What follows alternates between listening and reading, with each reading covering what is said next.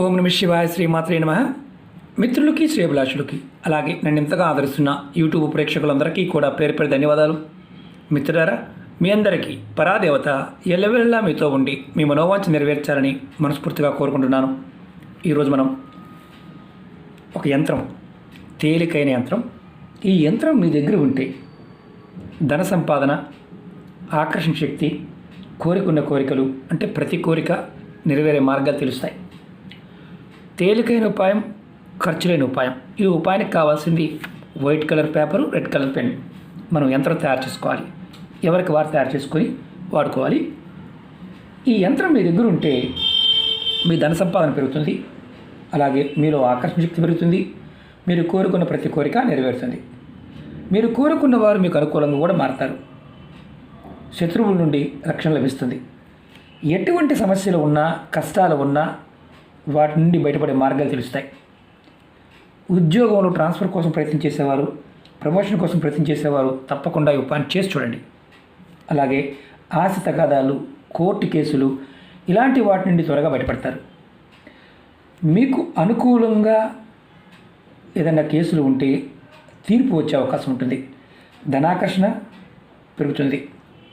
అలాగే మీకు ధనం ఆకర్షింపబడుతుంది. మీ పర్సులోను, మీ బీరువాలోను, మీ హ్యాండ్ బ్యాగులోను డబ్బులు ఎప్పుడు ఉంటాయి. డబ్బుకు లోటు ఉండదు. మీ ధన సంపాదన రోజు రోజుకి పెరుగుతుంది. ఈ ఉపాయాన్ని ఆడవారైనా మగవారైనా చేయవచ్చు. నెలసరి ఉన్నప్పుడు మాత్రం చేయమాకండి. అలాగే మీరు ఈ ఉపాయాన్ని ఏ రోజునైనా చేయవచ్చు. ఉదయం చేయవచ్చు, సాయంత్రం చేయవచ్చు, లేదా రాత్రి సమయంలో చేయవచ్చు. ఎప్పుడు చేసినా స్నానం చేసిన తర్వాత మాత్రమే చేయాలి. ఉపాయానికి కావాల్సిన చెప్పాను కదా, white paper, red colour pen కావాలి. పెన్ కానీ, మార్కర్ కానీ, స్కెచ్ కానీ ఏదైనా వాడుకోవచ్చు. అది red colour, red ink pen అయి ఉండాలి. ఎలా చేయాలి, ఏ విధంగా చెప్తాను. మీరు యంత్రం ఎప్పుడూ కూడా యంత్రాల రకాలు ఉంటాయి. అందులో ముఖ్యంగా మనం కొన్ని పదార్థాల మీద తయారు చేస్తూ ఉంటాం, అంటే లోహాల మీద తయారు చేస్తూ ఉంటాం. మనం ఇప్పుడు వైట్ పేపర్ మీద చేస్తున్నాం. 4 అంగుళాలు ఉండాలి. అంటే 4 అంగుళాలు అంటే మీకు కనుపు ఉందనుకోండి, ఇంతవి 4 అంటే నేను చూపిస్తాను. ఇదిగోండి, ఇది 4 అంగుళాలు. 4 అంగుళాలు ఇక్కడ వరకు 4 అంగుళాలు. ఎటు చూసినా 4 అంగుళాలు ఉండే విధంగా ఒక పేపర్ తీసుకోండి. దాని మీద మీరు యంత్రాన్ని తయారు చేయండి. ఎలా చేయాలో చూపిస్తాను, ఆ విధంగా చేయండి. అలాగే మీకు ఈ వీడియో నచ్చినట్లయితే లైక్ చేయండి. కొత్తగా చూసే మిత్రులు ఛానల్ సబ్స్క్రైబ్ చేసుకొని పక్కనే గంట సింబల్ ఉంటుంది, దాన్ని యాక్టివేట్ చేసుకోండి. 10 మంది మిత్రులకి షేర్ చేయండి. ఎందుకంటే ఇవి తేలికైనవి, డబ్బు ఖర్చు కాకుండా మీ అంతటకు మీరుగా చేసుకొని ఫలితాన్ని పొందడానికి ఈ ఉపాయాలు. ఇలాంటి ఉపాయాలు దగ్గరగా మన ఛానల్లో 1900 ఉన్నాయి. ఛానల్లో ఉన్న వీడియోస్లోకి వెళ్ళండి, లేదా ప్లేలిస్ట్లోకి వెళ్ళండి. మీరు ఆచరించగలిగేదని ప్రయత్నించండి. అలాగే కొత్త ఛానల్ లింక్స్ కూడా వీడియో డిస్క్రిప్షన్లో ఇచ్చాను. వాటిని కూడా సబ్స్క్రైబ్ చేసి గంట సింబల్ యాక్టివేట్ చేసుకోండి. ఎవరికైతే నోటిఫికేషన్స్ రావడం లేదో వారు కింద వీడియోలో అడుగున లాస్ట్లో ఫేస్బుక్ లింక్ కూడా ఇచ్చాను. ప్రతిరోజు నేను చేసే వీడియోలు, ప్రతి వీడియో కూడా దానిలో షేర్ చేస్తూ ఉంటాను. ఎందుకంటే అల్గారిథం వల్ల కొంతమందికి రావడం లేదు. వారు మెసేజ్ పెడుతూ ఉంటారు, గురువుగారు రావడం లేదని. కాబట్టి చెప్తున్నాను, ఈ యంత్రాన్ని తయారు చేసిన తర్వాత ఏం చేయాలి, ఎలా చేయాలి చెప్తాను. ఆ విధంగానే చేయండి.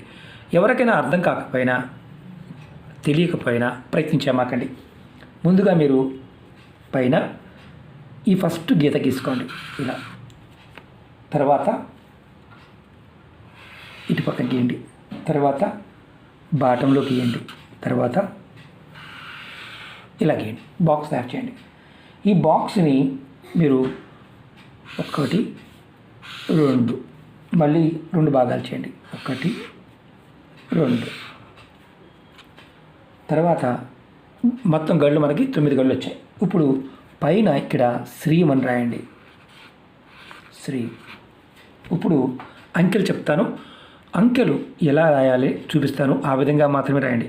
ఎలా మీకు ఇష్టం వచ్చినట్టు రాయమాకండి, అది గుర్తుంచుకోండి. ముందు ఈ పై గదిలో 8 రాయండి. తర్వాత కింద గదిలో 3 రాయండి.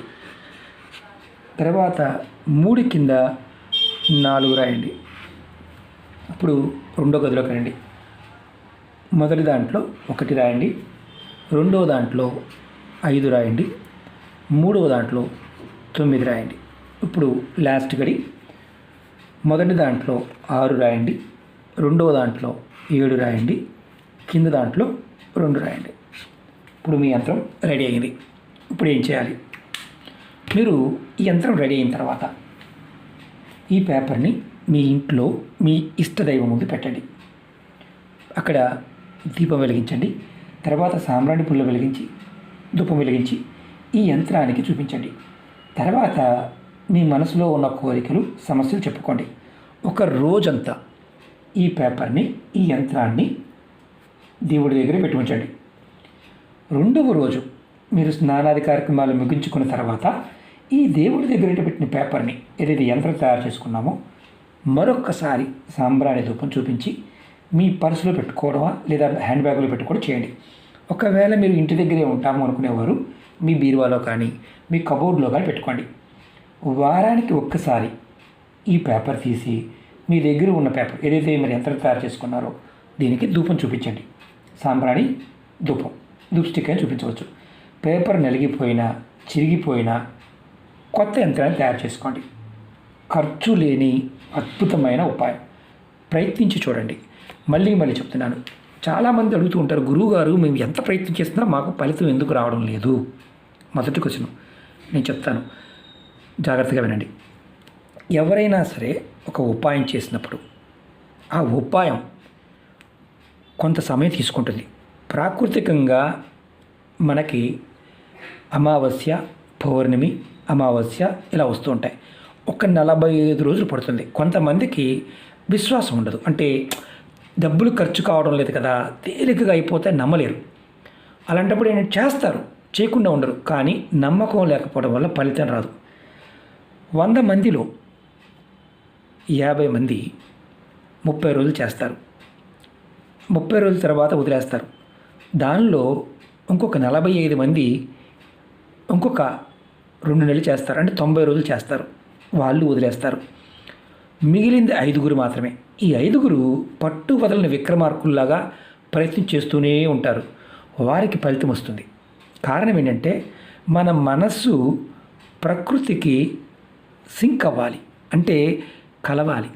ఎప్పుడైతే మన మనసులో నాకు ఈ పదార్థము, ఈ యంత్రము, ఈ పదము, ఈ నెంబరు శక్తినిస్తుంది అని మీరు భావిస్తారో అప్పుడు ఖచ్చితంగా ఫలితం వస్తుంది. 30 రోజులు చేసిన తర్వాత అయ్యో నేను ఇంత చేశానే రాలేదు అంటే రాదు. ఎందుకంటే ఒక సమయం ఉంటుంది. ఒక్కొక్కసారి త్వరగా ఎప్పుడు వస్తుందంటే మీరు మనసులోనే మీకు అర్థమైపోతుంది, నేను చేయంగానే నాకు ఇది ఫలితం వస్తుంది అని నమ్మకం వచ్చినమ్మటే ఫలితం వస్తుంది. ఇది యంత్రం. దీన్ని మీ అంతటికి మీరుగా తయారు చేసుకోవాలి. ఇది మీరు తయారు చేసి మిగతా వారికి ఇవ్వకూడదు. ఎవరికైతే సమస్యలతో ఉంటారో వారు చేసుకోవచ్చు. మళ్ళీ చెప్తున్నాను, మతము, జాతి, కులము ఇవి పక్కన పెట్టండి. వీటికి వాటి సంబంధం లేదు. అవి ఓన్లీ రాజకీయాలకు మాత్రమే.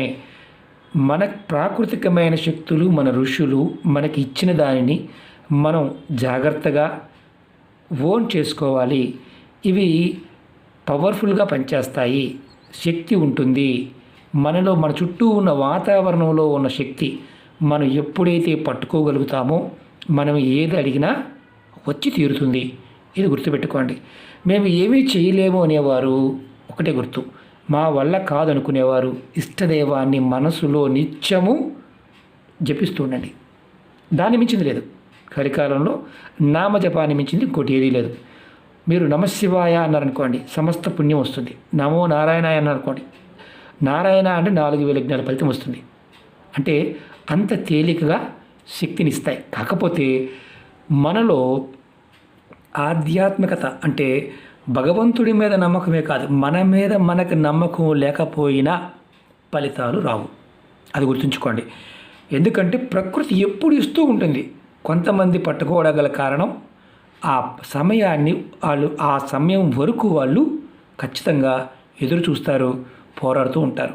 మనం కూడా అలా చేస్తే ఫలితం వచ్చి తీరుతుంది. ప్రయత్నపూర్వకంగా చేయండి. ఈ నలిగిపోయిన యంత్రాన్ని ఏం చేయాలో చెప్పలేదు, చెప్తాను. ఏదైనా ఎవరూ దొక్కని ప్రదేశంలో మట్టి తీసి దాంట్లో పెట్టేయండి, లేదంటే పారే నీళ్ళలో వదిలేయండి. ఇది గుర్తుంచుకోవాల్సిన విషయం.